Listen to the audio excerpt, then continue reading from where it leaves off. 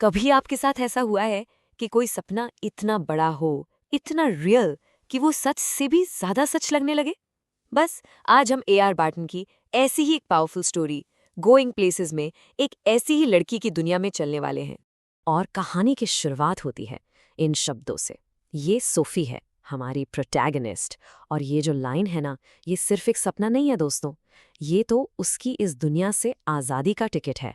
तो चलिए मिलते हैं सोफी से, एक ऐसी लड़की जिसके सपने बहुत बहुत बड़े हैं। पता है, हम सब अपने लाइफ में किसी ना किसी सोफी को जानते हैं, या शायद कभी ना कभी हम खुद ही सोफी रहे हैं, है ना? वही जिसके सपने आसमान में हैं, भले ही पैर जमीन पर ही क्यों न टिके हों। तो क्या क्या बनना चाहती है वो? एक बुटीक ओनर, एक मैनेजर, एक एक्ट्रेस, या फिर एक फैशन डिजाइनर? देखिए, ये सिर्फ अलग अलग जॉब्स नहीं है। सोफी के लिए ये सब आज़ादी का सिंबल है, एक पहचान, एक ऐसी लाइफ जो उसकी अभी की जिंदगी से बिल्कुल अलग है। कुछ जैसा वो खुद कहती है, समथिंग अ बिट सोफिस्टिकेटेड। और बस यहीं से कहानी में एक अजीब सा मोड़ आता है। एक तरफ है सोफी के सपनों से भरी रंगीन दुनिया, और दूसरी तरफ है उसकी रियलिटी। और इन दोनों के बीच सच में जमीन आसमान का फर्क है। एक तरफ आप देखिए, उसके सपने हैं बुटीक, एक्ट्रेस बनना, एक सोफिस्टिकेटेड लाइफ।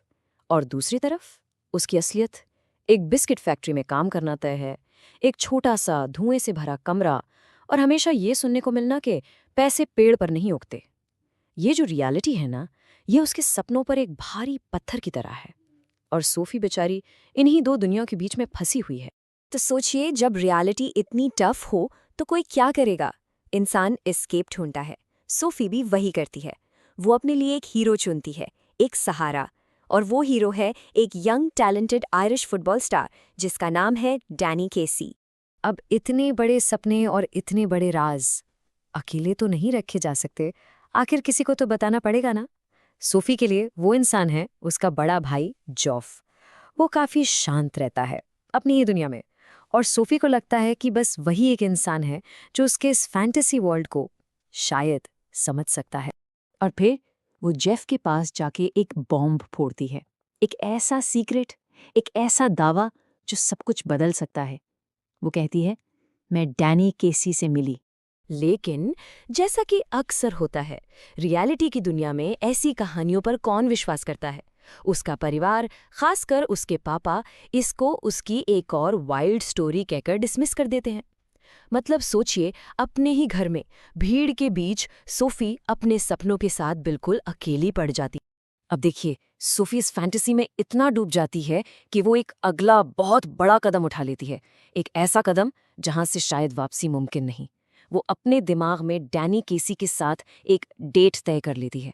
और यही वो मोमेंट है जहां उसकी फैंटेसी और उसकी रियलिटी आमने सामने टकराने वाली है। और फिर शुरू होता है वो इंतजार, नहर के किनारे।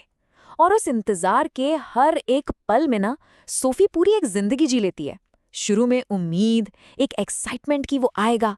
फिर जैसे जैसे वक्त गुजरता है, डाउट आने लगता है। और आखिर में वो अकेलेपन का, दुख का एहसास, जब उसे समझ आ जाता है कि वो नहीं आने वाला। और इस सच का बोझ उसे अकेले ही उठाना है। लेकिन क्या उसकी हार हुई? शायद नहीं, क्योंकि हो सकता है कि असल मीटिंग कभी होनी ही नहीं थी। इस कहानी की जो असली पावर है वो सोफी की इमेजिनेशन में है, उसकी कल्पना की उस ताकत में है जो उसकी आम सी जिंदगी को एक मायने देती है।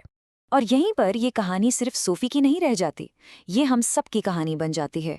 ये उन थीम्स को छूती है जो हम सब ने कभी ना कभी फील किए हैं, जैसे टीनेज में सपने देखना, हीरो वर्शिप करना, अपने सपनों और रियलिटी के बीच का झगड़ा, और कैसे हम इन सब से बचने के लिए अपनी एक अलग दुनिया बना लेते।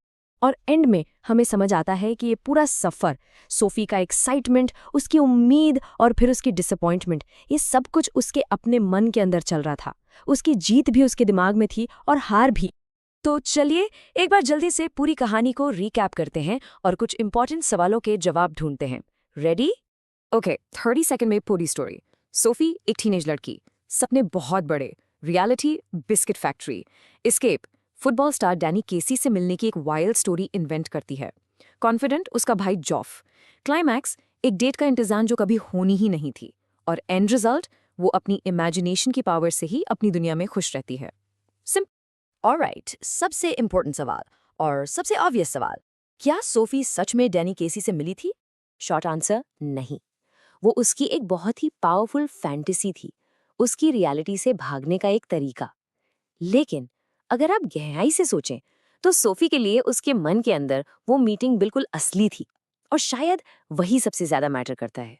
तो इस पूरी स्टोरी से हम टीनेज ड्रीम्स के बारे में क्या सीखते हैं? क्या सपने देखना गलत है? बिल्कुल नहीं। ये स्टोरी हमें बताती है कि फैंटेसी में जीना, सपने देखना एडोलेसेंस का एक नेचुरल पार्ट है।